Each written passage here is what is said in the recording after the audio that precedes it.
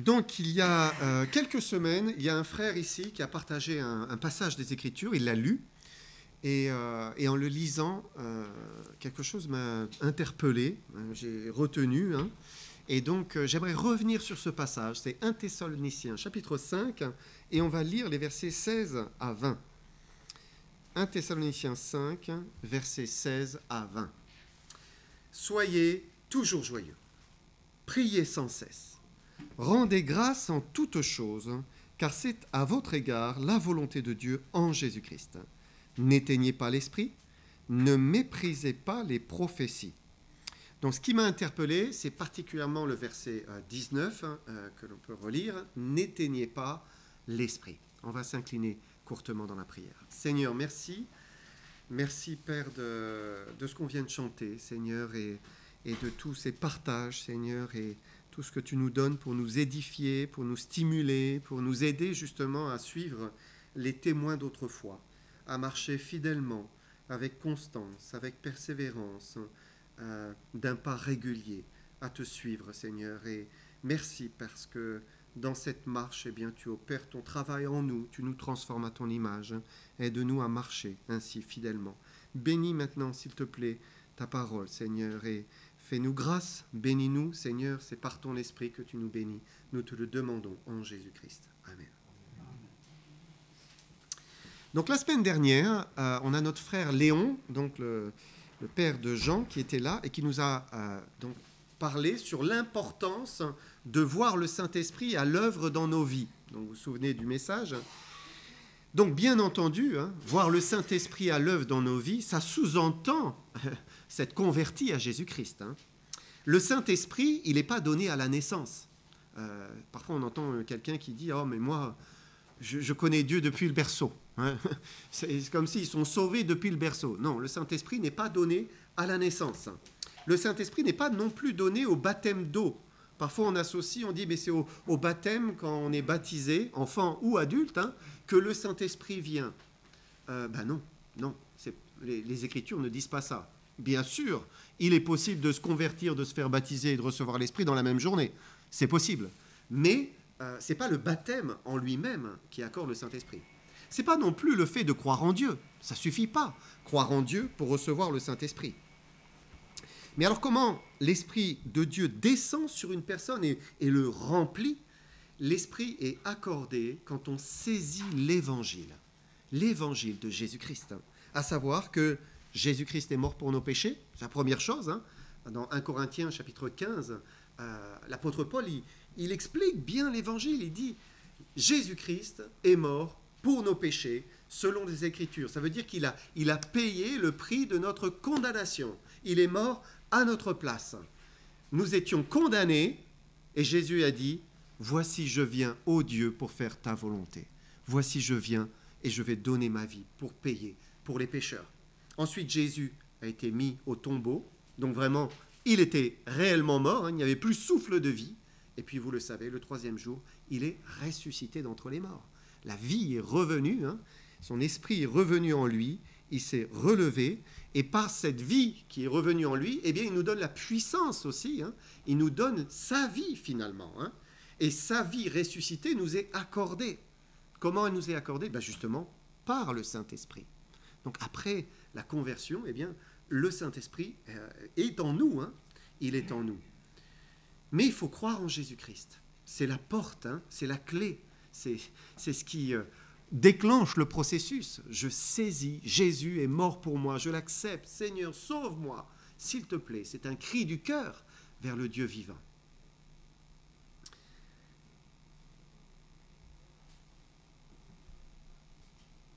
Il est écrit, car quiconque invoquera le nom du Seigneur sera sauvé. C'est simple. Quiconque invoque, Seigneur, sauve-moi, je crois, pardonne mes péchés. On reçoit le salut, on est sauvé. Mais il faut le faire. Alors ce matin, j'aimerais m'adresser à ceux qui ont reçu le Saint-Esprit. Ils ont fait cette démarche de foi et ils savent que Dieu est venu habiter dans leur cœur. Paul nous dit... Par ce verset 19, il dit « N'éteignez pas l'esprit ». Le Saint-Esprit est une personne. Il fait partie de la divinité, Et le Père, le Fils et l'Esprit sont le seul vrai Dieu. Ils sont le seul vrai Dieu, le Dieu unique. Et ce Dieu unique, Père, Fils et Saint-Esprit, a dit un jour, faisons l'homme à notre image. Quand il a dit faisons l'homme à notre image, ça signifiait que Dieu voulait faire une créature qui leur ressemble, hein, dans le sens où qui soit vraiment comme eux, et comme eux, eh bien, ça implique avec une volonté, avec une intelligence, avec des sentiments. Hein. Nous avons été faits à l'image de Dieu. Et ça veut dire que, eh bien, le Saint-Esprit a aussi une volonté, il a aussi une intelligence, il a aussi des sentiments. C'est une personne. En fait, notre Dieu, c'est un Dieu trinitaire en 3 personnes qui ne forment qu'un. Et l'Esprit, eh bien, est une personne. Il a des sentiments, il a une intelligence et une volonté. Paul dit, n'éteignez pas l'Esprit. Il est possible d'éteindre une personne. C'est facile, hein? C'est possible. Hein? Malheureusement, dans le monde, il y a des personnes qui sont éteintes. Elles sont éteintes. Quand on ne veut pas écouter une personne, quand on l'ignore, quand on ne s'intéresse pas à ce qu'elle dit, quand on n'écoute aucun de ses conseils, ben on finit par l'éteindre. Hein. C'est certain. Ça arrive parfois dans un couple. Dans un couple, parfois, ben, l'épouse est éteinte. Ou ça peut arriver, l'époux est éteint. Hein. C'est aussi possible. Ça arrive dans un groupe voilà, de relations, d'amis. Quelqu'un est, voilà, on le met de côté, on ne l'écoute pas, ben, il finit par s'éteindre. Il ne parle plus. Ça arrive parfois dans une famille avec un enfant. On lui dit tout le temps tais-toi, tais-toi, tais-toi, tais-toi, on ne l'écoute plus. Ben, on finit par l'éteindre aussi. Eh bien, c'est la même chose hein, avec le Saint-Esprit. On peut l'éteindre. À force de ne plus l'écouter, à force d'être sourd à son intervention, à force de quelque part lui dire tais-toi, hein, parce qu'on refuse, hein, eh bien, il finit par se taire.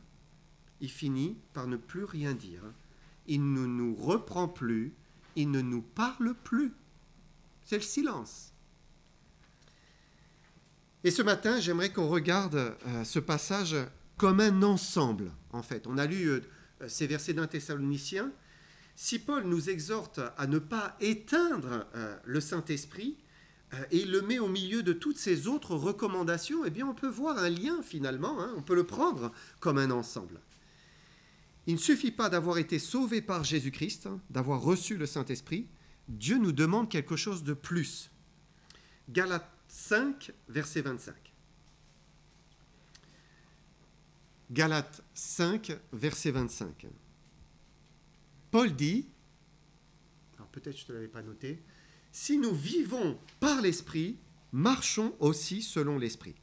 Autrement dit, si nous sommes vivants par la grâce, par l'Esprit hein, qui nous a régénérés, alors il dit, bien, marchons aussi selon l'Esprit. Marchons avec lui. Dieu veut qu'on marche en lui. Ça signifie dans une communion avec l'Esprit de Dieu, dans une vie qui est inspirée, qui est animée, qui est conduite par l'Esprit de Dieu. Il est vivant. Et il y a une multitude de signes, vous savez, qui démontrent, qui montrent une vie qui est vécue par l'Esprit. Et on les voit dans ce texte, en fait. Paul nous en donne plusieurs. Par exemple, 1 Thessaloniciens 5, verset 16, il dit « Soyez toujours joyeux ». Soyez toujours joyeux. Et ça, c'est un fruit de l'Esprit, ça. Quand quelqu'un marche avec le Seigneur dans l'Esprit, eh bien la vie lui donne, l'Esprit lui donne une vie qui est joyeuse, qui est dans la confiance, qui est heureuse, qui est épanouie en Jésus-Christ. Alors ça ne signifie pas qu'on ne puisse pas passer par des moments de tristesse, de peine, d'épreuve, vous le savez bien. Hein. Il y a des périodes parfois qui sont plus difficiles que d'autres. Hein. Et être toujours joyeux, ça ne signifie pas enterrer hein, les choses comme si ça n'existe pas. Parfois, on souffre, ben voilà, il y a une réalité. Hein. Dieu ne veut pas juste qu'on mette un masque et en fait, c'est la tristesse, mais on affiche la joie. C'est pas ça. Mais la vie dans le Seigneur, c'est quand même une vie qui nous conduit vers la joie. Parce que le fruit de l'Esprit, ben, c'est la joie. Hein. Vous connaissez, c'est l'amour, c'est la paix, c'est la joie. Hein. Et le chrétien qui marche avec le Seigneur, il sera quand même positif. Il va vivre dans la foi et l'espérance. Alors bien sûr, encore une fois, il y a parfois l'épreuve, hein, mais voilà, on lève les yeux vers Jésus-Christ. On s'en remet au Seigneur. On veut lui faire confiance. On dépose à ses pieds ses fardeaux. On décide vraiment de se confier en lui chaque jour et d'espérer en lui chaque jour pour qu'il nous donne la force, justement, de traverser la difficulté qui est devant nous. Et quand on fait ça, alors il y a une paix qui descend dans le cœur et il peut nous donner de la joie, même de la joie dans l'épreuve.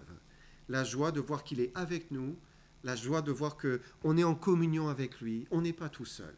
Il nous soutient, il nous porte. Et Dieu veut qu'on cultive cette attitude qui est dans le repos, dans la confiance et dans la joie qui est en lui. Jacques 1, verset 2, regardez ce que dit Paul. C'est quand même incroyable qu'il ose dire ça. Mes frères, regardez comme un sujet de joie complète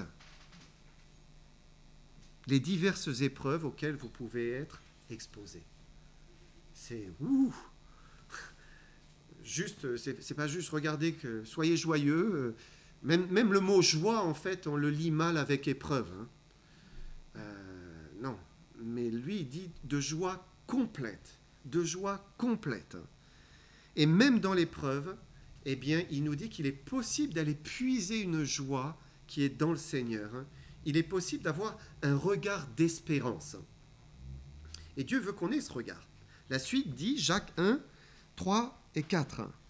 Sachant que l'épreuve de votre foi produit la patience.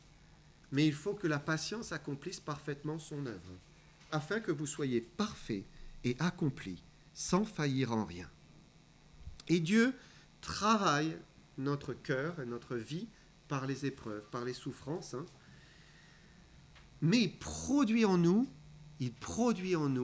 la patience. Une patience qui est précieuse, importante, hein, parce qu'il veut nous rendre parfaits, accomplis, sans faillir en rien.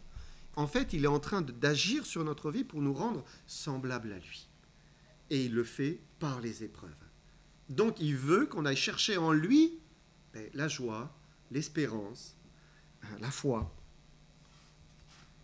Comment on peut éteindre le Saint-Esprit ? En gémissant, en se plaignant, en ne voyant que le négatif. Que le négatif. Vous savez, c'est comme quand vous avez un point comme ça sur le mur, vous ne voyez plus que le point. Vous ne voyez plus rien autre chose. Vous ne voyez pas un grand mur blanc, vous voyez le point noir. Il est là et Dieu veut qu'on arrête de regarder à ça. Parce qu'assurément, on éteint le Saint-Esprit si on est négatif et on se dit « Oh là là, il y a ça qui m'arrive et ça qui m'arrive, et puis il y a ça et ça ne va pas. » On accumule, hein, on fait la liste. Alors que l'Esprit veut nous donner la paix, la joie, l'espérance, le contentement. Mais on se focalise sur ce qui ne va pas. Soyez toujours joyeux. C'est pas juste soyez joyeux, soyez toujours joyeux. Soyez toujours dans l'espérance. Même quand le monde s'effondre, soyez dans l'espérance. Vous avez un Père qui prend soin de vous. C'est ce qu'il nous dit. Hein. 1 Thessaloniciens 5, verset 17. Il poursuit, il dit « Priez sans cesse ». Donc là, il nous exhorte à maintenir une communion avec lui. Hein. Se prier sans cesse, ça ne signifie pas allez vous enfermer dans un monastère et rester à genoux 8 heures par jour à prier. Ce n'est pas du tout ça. Hein. Mais c'est plutôt garder le contact avec lui. La communion avec Dieu, c'est comme un coup de fil. Voilà, vous passez un coup de fil, voilà, tous les matins, vous passez un coup de fil, parlez au Seigneur, vous lui dites tout ce que vous avez sur le cœur, et parfois, on raccroche après.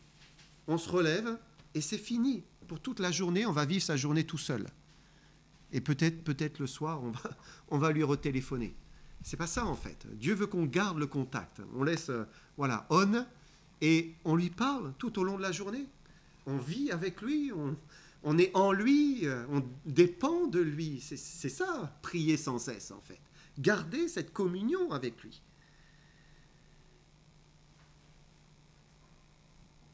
Alors peut-être vous me direz, ouais, mais c'est difficile quand on a un travail qui est prenant. Et c'est vrai.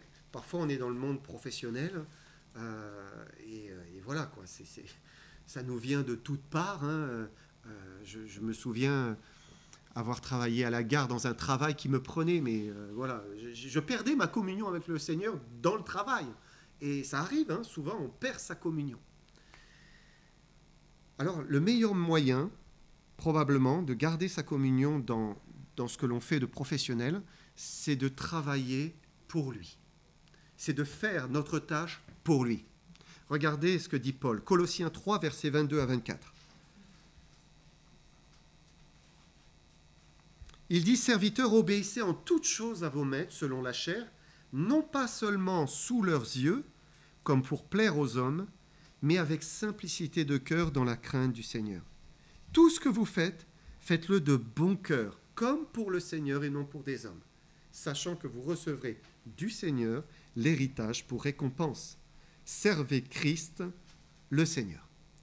Donc voilà, nous sommes exhortés à servir Christ, le Seigneur, même dans les tâches quotidiennes, même dans le travail, hein, dans ce qu'on pouvait faire hein, pour un patron, une responsabilité. Hein, on sert Christ dans la crainte du Seigneur. C'est-à-dire on l'introduit dans son travail. On lui demande son secours pour bien le faire. On le fait comme si Dieu nous regarde, et Dieu nous regarde. Parce qu'on veut vraiment bien faire la chose. On garde les yeux sur lui, on garde la communion avec lui.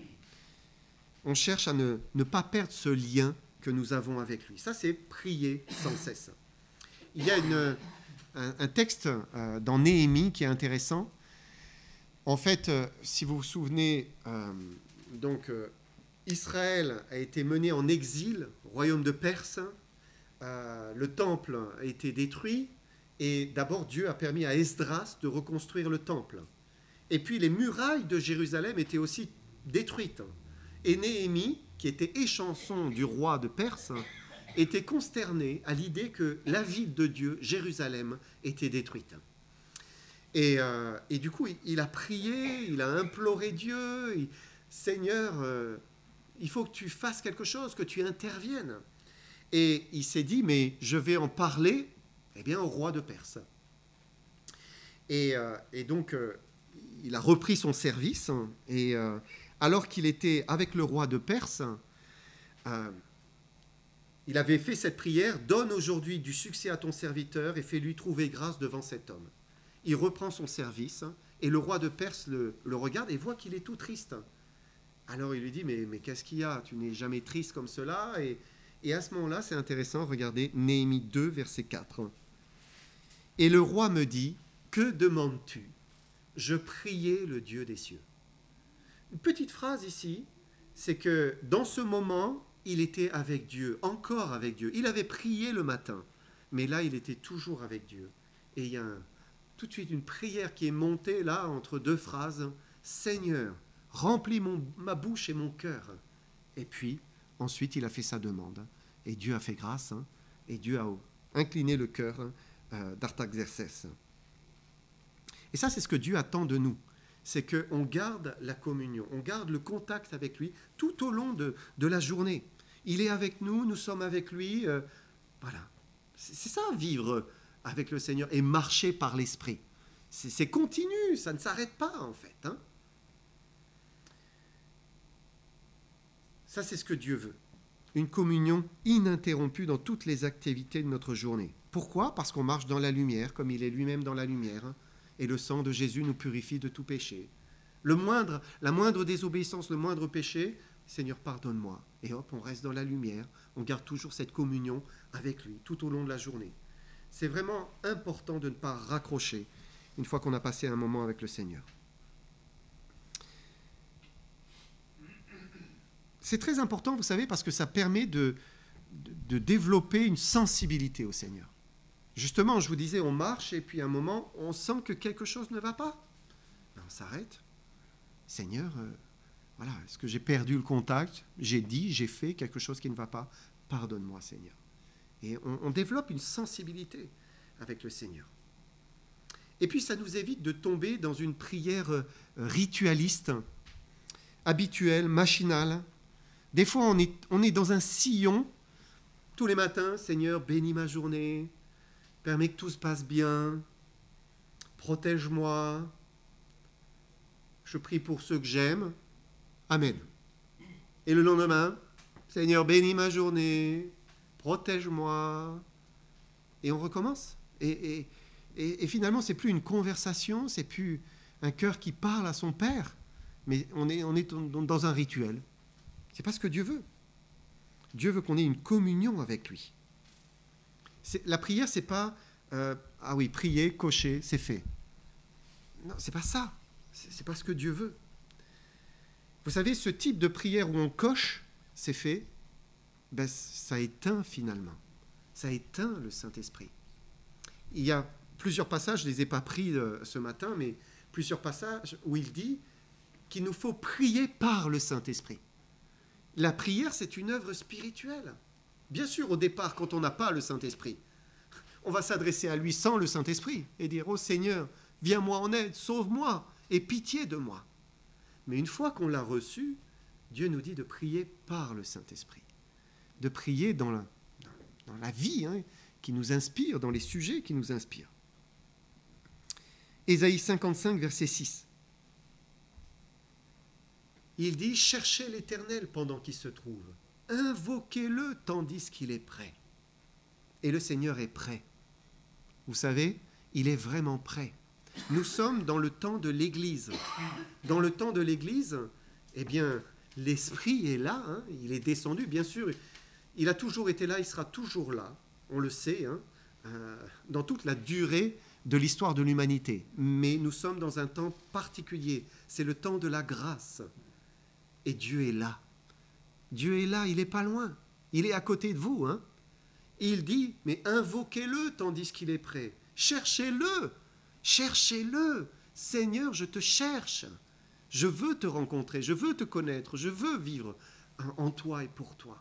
Cherchez-le. Parce qu'un jour, c'est la tribulation, eh bien l'Église sera enlevée. Et les choses ne seront plus les mêmes. Bien sûr, Dieu pourra encore entendre une prière, mais ça ne sera pas comme aujourd'hui. Dieu est proche, il est réellement proche. Cherchez-le, tandis qu'il est prêt. 1 Thessaloniciens 5, verset 18. Paul dit, « Rendez grâce en toutes choses, car c'est à votre égard la volonté de Dieu en Jésus-Christ. »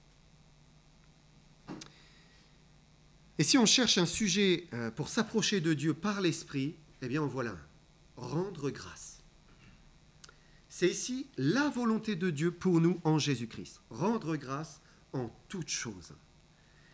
Assurément, on peut faire le lien aussi avec le toujours joyeux. Ça se lie ensemble. Rendez grâce, c'est ce qui nous aide à regarder les bonnes choses finalement. C'est ce qui nous permet de regarder le positif. Ça permet de tourner le négatif même en positif, puisqu'il dit voilà, que toutes vos épreuves soient un sujet de joie complète. Donc je vais dire, Seigneur, je suis éprouvé, je ne comprends pas, mais je te remercie. Parce que je sais que tu prends soin de moi et que tu le permets à des saints. Donc je t'en remercie. Rendre grâce, c'est croire que Dieu est souverain sur toutes les circonstances et que tout ce qu'il fait est parfait. Alors je peux rendre grâce. Rendre grâce, c'est ce qui nous permet de guérir de la plainte et des gémissements. On renverse la chose. Rendre grâce, enfin, c'est ce qui nous permet finalement d'ouvrir la porte de notre âme, toutes les pièces de notre cœur, pour que Dieu s'y sente à l'aise. Voilà, qu'il nous remplisse. L'action de grâce, elle favorise la communion avec le Père. C'est une invitation, c'est à nous remplir. Voilà, une invitation à ce qu'il nous habite pleinement. En fait, c'est lui donner le meilleur accueil. Qu'est-ce que vous préférez ? Vous préférez être là où on se plaint de vous, où on vous fait des reproches, ou être là où on vous remercie ? On dit « Oh, c'est bien. » Eh bien, Dieu, c'est pareil. Si vous le louez, mais Dieu est là. Dieu se réjouit. pour ne pas éteindre l'esprit, il faut cultiver la reconnaissance. Tous les jours, merci Seigneur. Merci Seigneur. Enfin, pour terminer, 1 Thessaloniciens 5 et verset 20, il dit « Ne méprisez pas les prophéties ». Alors, quand on entend prophétie, on fait souvent le lien avec prédiction, c'est-à-dire Dieu qui prédit l'avenir, qui dit comment les choses vont se passer. Et c'est vrai, une prophétie, c'est aussi une prédiction. Mais la prophétie, ce n'est pas que la prédiction. En fait, la prophétie, c'est une parole inspirée de Dieu. C'est les paroles inspirées de Dieu. Les paroles inspirées de Dieu, eh bien, elles sont là, dans la Bible. À l'époque, donc, quand Paul écrit, il n'y avait pas encore tout le Nouveau Testament qui avait été écrit. Et donc, Dieu donnait parfois des paroles au travers des prophètes qui venaient compléter, qui venaient expliquer ce que les chrétiens ne pouvaient pas comprendre parce qu'ils n'avaient pas la Bible. Mais une fois que toute la Bible a été écrite, eh bien, c'était plus nécessaire de la même manière. Et donc, on comprend pourquoi Paul, juste après, va dire « Examinez toutes choses, retenez ce qui est bon ». Pourquoi ? Parce qu'on était dans une période où des prophètes pouvaient parler, et il y avait des vrais prophètes et aussi des faux prophètes. Donc, Dieu dit « Examinez toutes choses, retenez ce qui est bon ». Mais pour nous, aujourd'hui, quand il dit « Ne méprisez pas les prophéties », eh bien, elles sont là. Les prophéties, les paroles de Dieu, elles sont là. Dieu ne veut pas qu'on méprise sa parole, qu'on la tienne pour rien, pour peu importante. Il veut qu'on la tienne avec une place élevée dans nos cœurs, qu'elle soit importante pour nous. Ne méprisez pas les prophéties, ça peut être pris comme ne méprise pas, ne néglige pas ta Bible. C'est important. Ne la tiens pas pour rien. C'est très important dans ta vie. Il faut être discipliné aussi. Dieu veut que notre pensée soit constamment en contact avec les Écritures. Parce qu'on en a besoin pour lui plaire. On a besoin de son influence dans nos vies. Par la Bible, Dieu nous protège de nos faiblesses. Il nous protège de nos péchés. Il nous sanctifie. Par elle, il nourrit notre esprit. C'est important. Par elle, il suscite la foi, il la stimule. Vous manquez de foi, lisez votre Bible. C'est par la Bible que la foi, elle grandit dans notre cœur. Par elle, il nous enseigne, il nous convainc aussi parfois. Il nous instruit, il nous corrige. Il nous révèle sa volonté. Et puis par elle aussi, il nous transforme à son image, à l'image de Jésus-Christ. On ne peut pas faire l'économie de la lecture de la Bible. Ce n'est pas possible. Parce que si on le fait, assurément, on attriste son esprit. C'est sûr. Si au moment où on doit lire notre Bible, au moment où on a le temps de le faire, et l'esprit nous dit, c'est le moment, lis ta Bible. Et qu'à ce moment-là, on glisse et on commence à scroller son téléphone, un quart d'heure, 20 minutes, et on se dit, ah mince, ça y est, je dois y aller. On l'attriste, c'est certain. Et après, vous savez, souvent on rate le coche. On n'a plus le temps. La journée passe et on n'aura pas lu notre Bible. On ne se sera pas laissé imprégner par la parole de Dieu. Ou parfois, on n'a pas très envie de la lire, et puis c'est le moment, il faudrait la lire, et soit nous, soit le diable,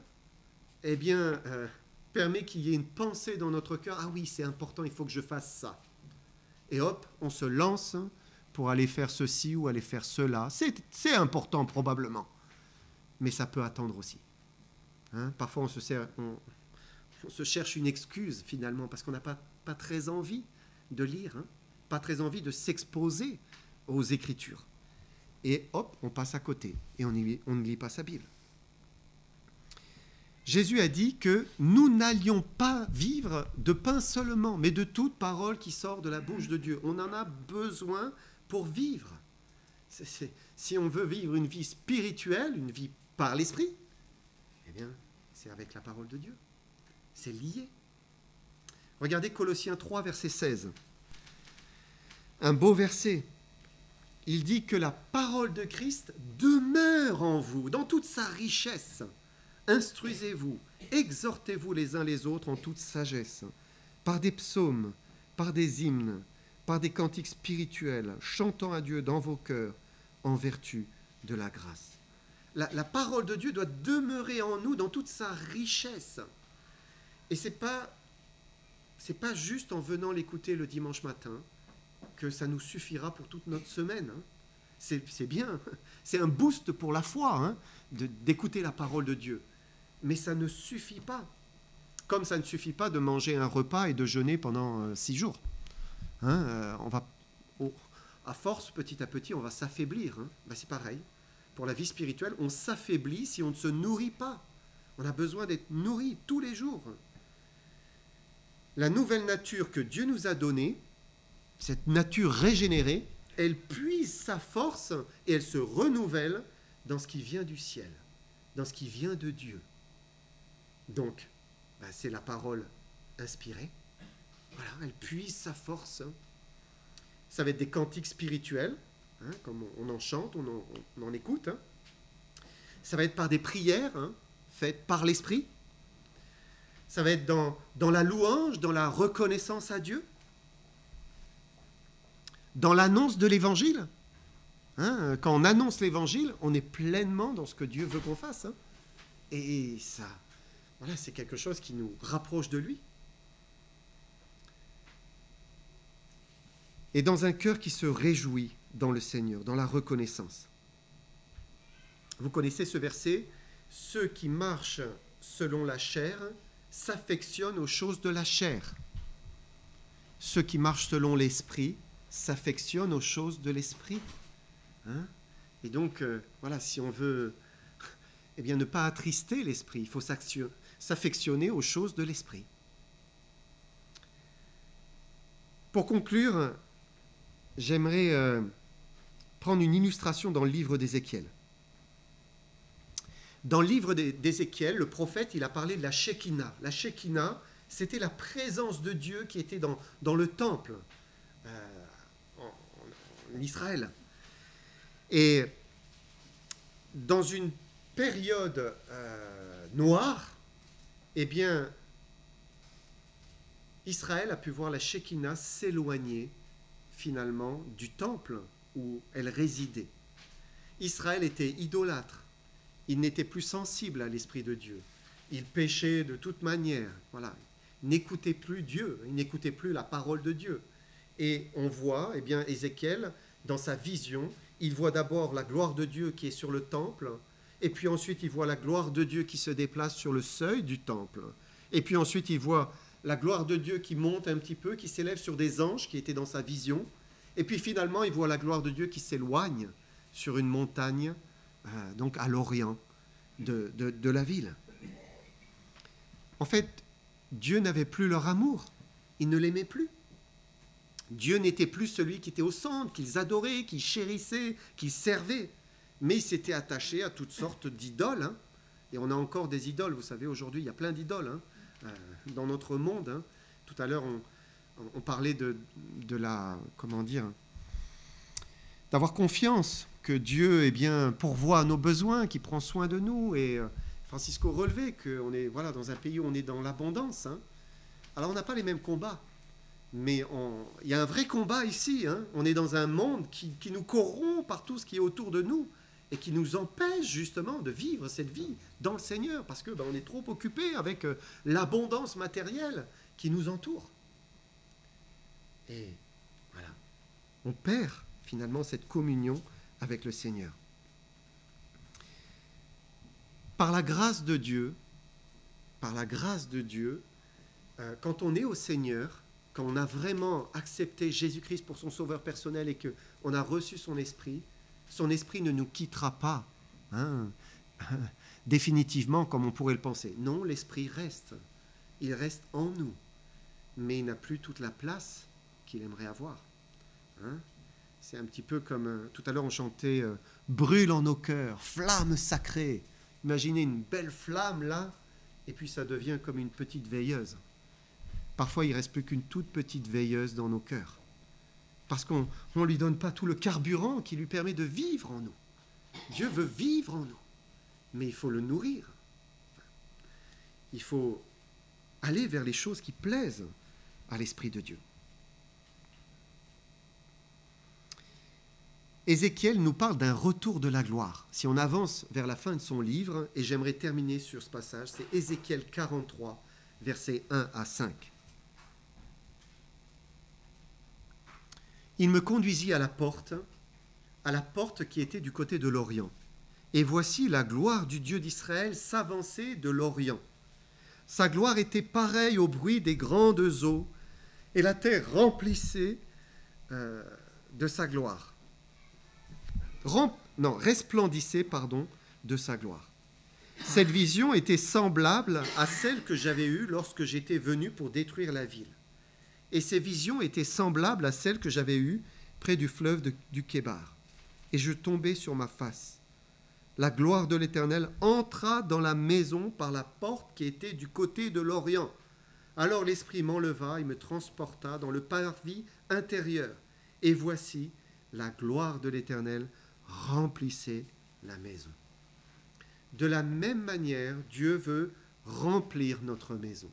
Il veut remplir notre cœur.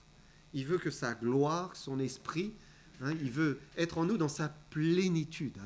Paul dit jusqu'à ce que vous soyez remplis de toute la plénitude de Dieu. C'est quand même incroyable. Être rempli de la plénitude de Dieu. Dieu dans sa totalité vous remplit. Ça, c'est ce que Dieu veut. C'est ce qu'il souhaite pour chacun d'entre nous. Alors, choisissons la joie. Choisissons la reconnaissance. Choisissons de l'écouter chaque jour. Choisissons de garder le contact avec lui. De ne pas perdre ce contact, de rester dans la lumière, confessant nos péchés à la moindre chute. Est-ce que vous avez la joie du Seigneur dans votre cœur? Si vous vous sentez triste, peut-être qu'il y a quelque chose à réparer. Que le Seigneur vous bénisse.